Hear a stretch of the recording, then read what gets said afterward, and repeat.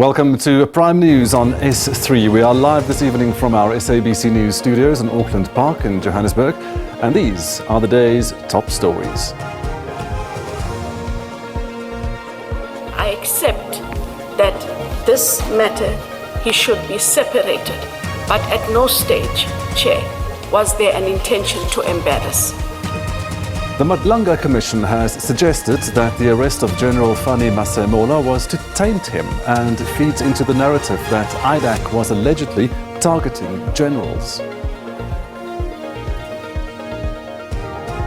Parliament's impeachment committee will appeal last week's judgment by the Western Cape High Court that granted the president's bid to halt its work. The Commission has now activated the online candidate nomination system to facilitate nominations. And the Electoral Commission says it is intensifying preparations for the forthcoming local government elections, with the second and final national voter registration weekend set to take place on the 1st and 2nd of August. Good evening and thank you so much for joining us tonight for a roundup of the day's main events. Prime News is with you for the next half an hour here on S3 ahead of tonight's WAFCON action. I'm Gustav Freiling and I'm joined by our sign language interpreter Fortune Madlala.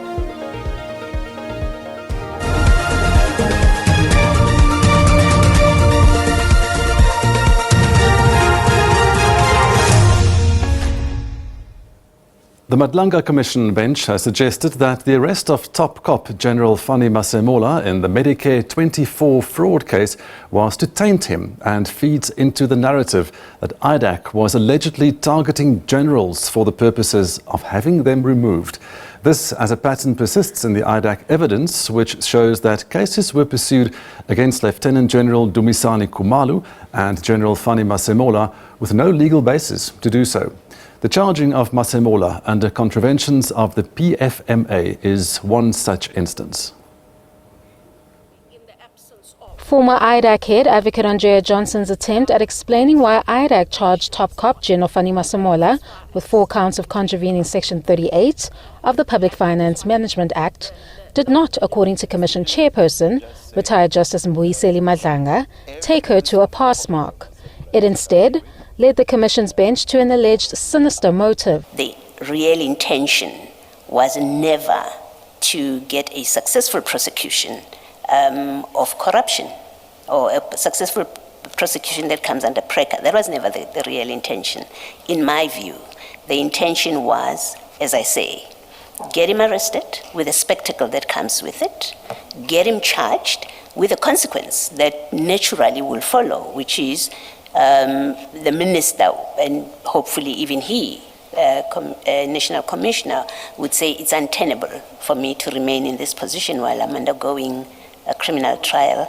Johnson accepted that Masemola should not have been lumped up with the other accused in this matter. I accept that this matter, he should be separated, but at no stage, Chair, was there an intention to embarrass. It was put to Johnson that this is yet another case which feeds into the suspicions surrounding IDAC that these cases were allegedly aimed at targeting top cops, Lieutenant General Dumisani Khumalo, Lieutenant General Nhlanhla Mkhwanazi, and General Fani Masemola. The hearings continue. Kani Mapanga, SABC News, Pretoria. Parliament's impeachment committee has concluded that it will appeal last week's judgment by the Western Cape High Court that granted President Cyril Ramaphosa's bid to halt some of the committee's work. Now, the judgment meant that it can only go ahead with preparatory work like deciding on its terms of reference and appointing an evidence leader. The ATM, EFF, MKP and UAT have already approached the Constitutional Court to review this matter.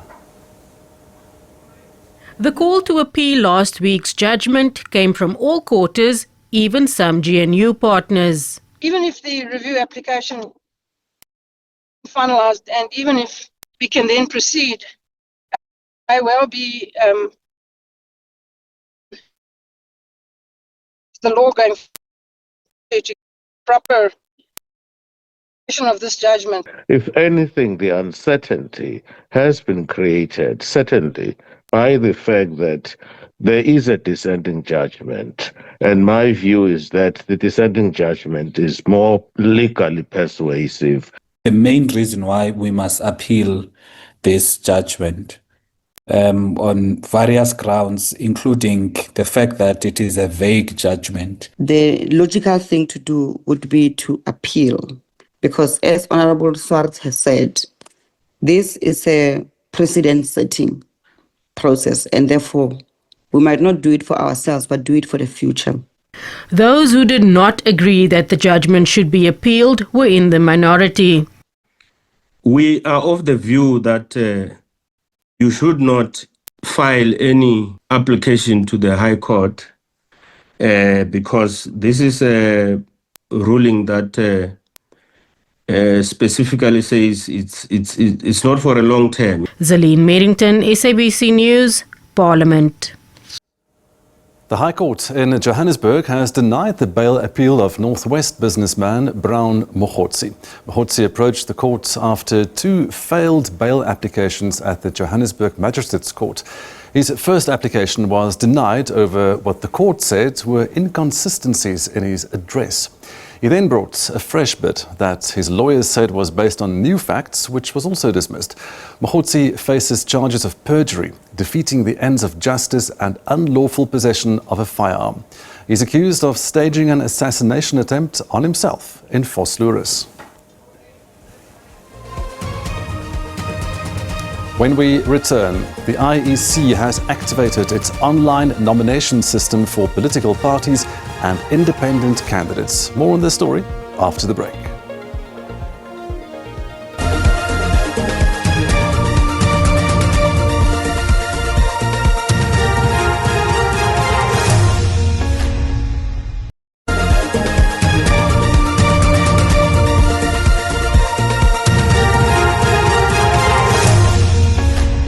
Welcome back. The Electoral Commission has activated its online candidate nomination system for political parties and independent candidates. The IEC's Chief Electoral Officer, Sai Mamabolo, made the announcement at the Commission's headquarters in Centurion in Gauteng earlier today. The online nomination system allows political parties and independents to capture and manage candidate lists, documentation and payments. Thirdly, the candidate nomination processes for party candidates and independent candidates may now commence at the point at which the election date is proclaimed. To this end, the Commission has now activated the online candidate nomination system to facilitate nominations. The system is accessible via the website of the Commission.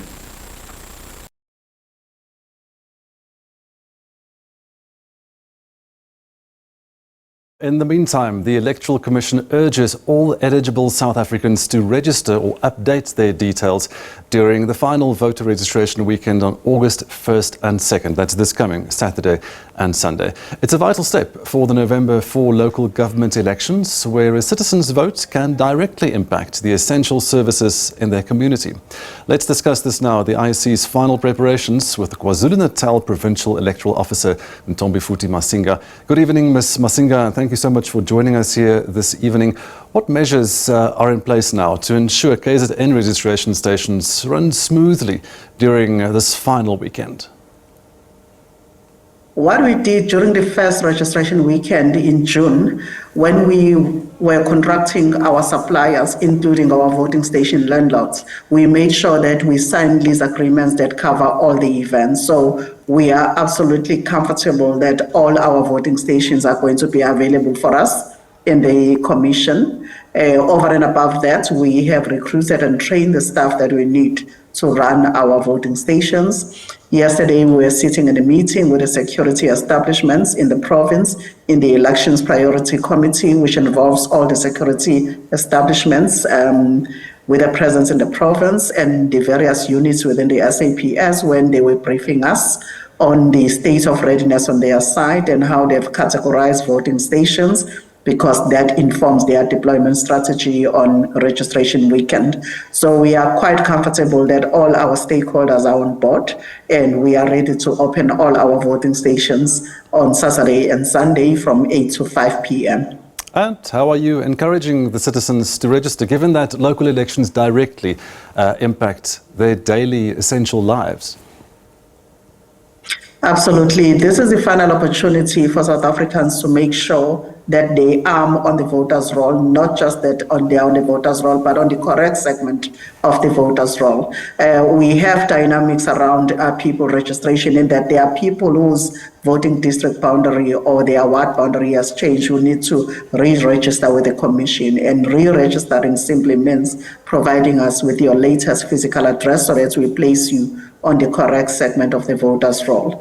Unlike the previous elections that we had in 2024, where you could apply with a commission and vote outside of your ward, voting districts, or even municipality, or even province.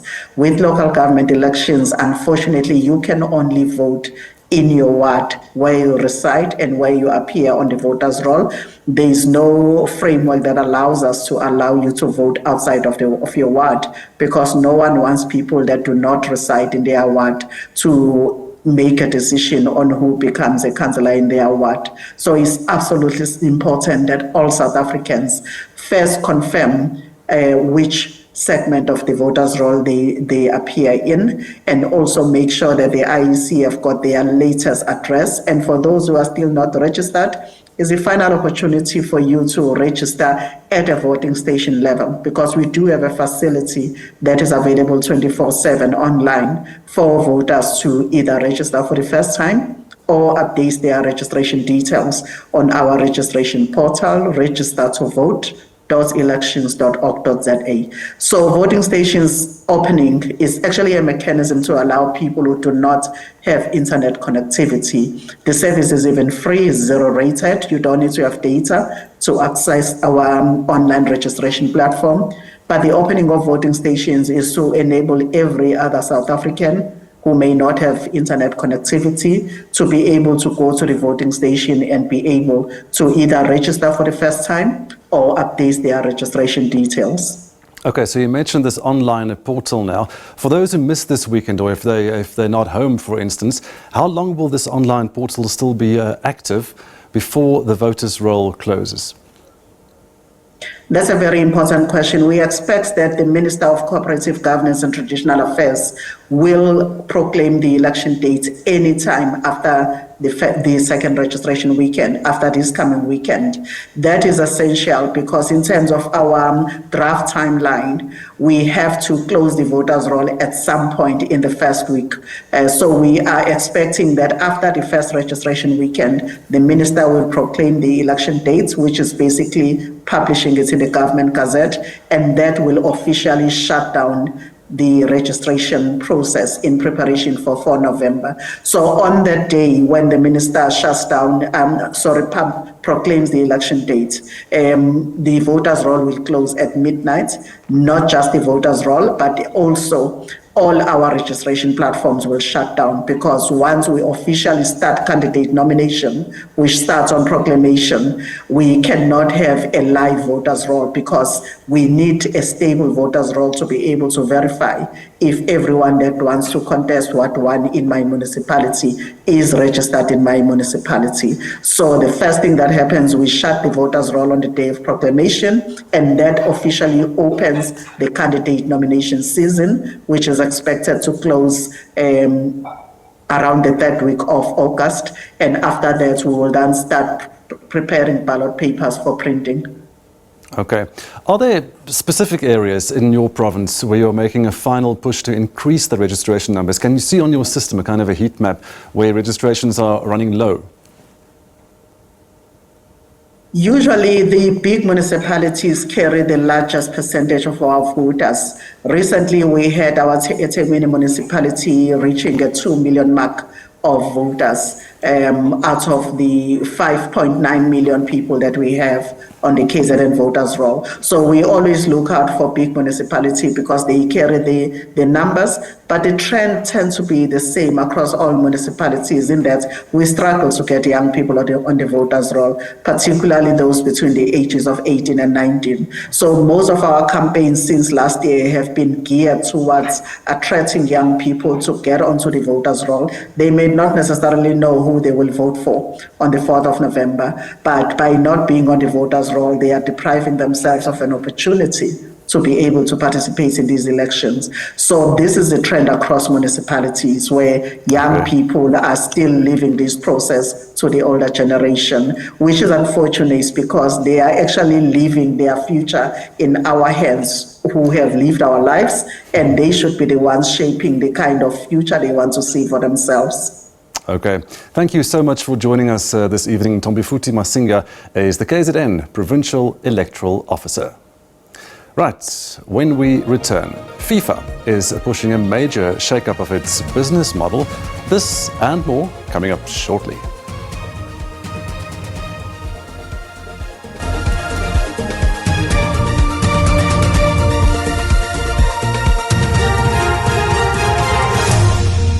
Before we go, it's time to join Paul at the weather desk to see if that cold front is finally on its way out of the country.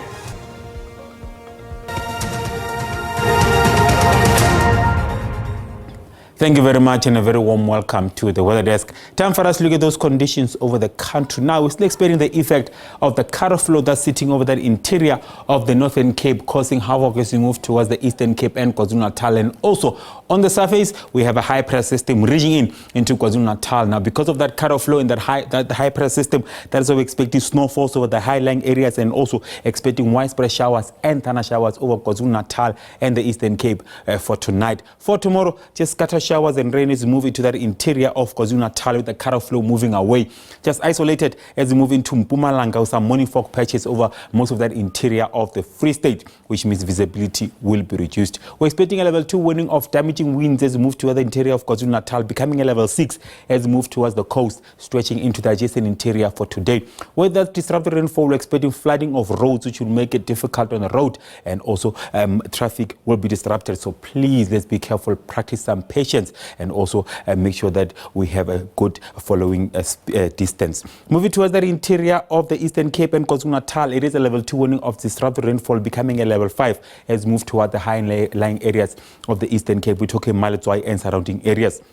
We're talking slippery roads, icy roads, which will make it difficult on the road. And also, let's make sure that we take care of the livestock and also crops because of dropping temperatures and also snowy conditions. As we move towards the coast, it is a level 2 warning of some damaging winds over that coast. So please, let's be careful. It will be difficult to navigate at sea. So those who are heading towards the waters, let's be careful. And also, those who are heading towards the beach, we're expecting some disruption over those areas because of those windy conditions. Looking at our temperatures for tonight, it is going to be a freezing night over Sunderland with a low of -4, 2 over Bloemfontein and Bethlehem. Also a cold night ahead over Pretoria and Polokwane with an average of 8. For tomorrow, Musina at 26, Pretoria at 23. It is going to be a cool day over most of the central parts of the country. We're talking 17 over Bloemfontein. It is windy as we move towards the coast over the Eastern Cape because of that high pressure system. So that 18 over Kabega will feel like a 10, so it will be cold. So let's be careful over those areas. Cape Town will be expecting a high of 21.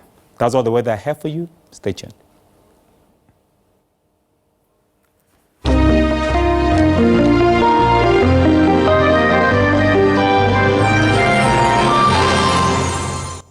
And that's where we leave it tonight. Prime News will be back on air tomorrow evening at our usual time of 8 o'clock. The WAFCON action continues next here on S3. From myself and my colleague Fortune, take care.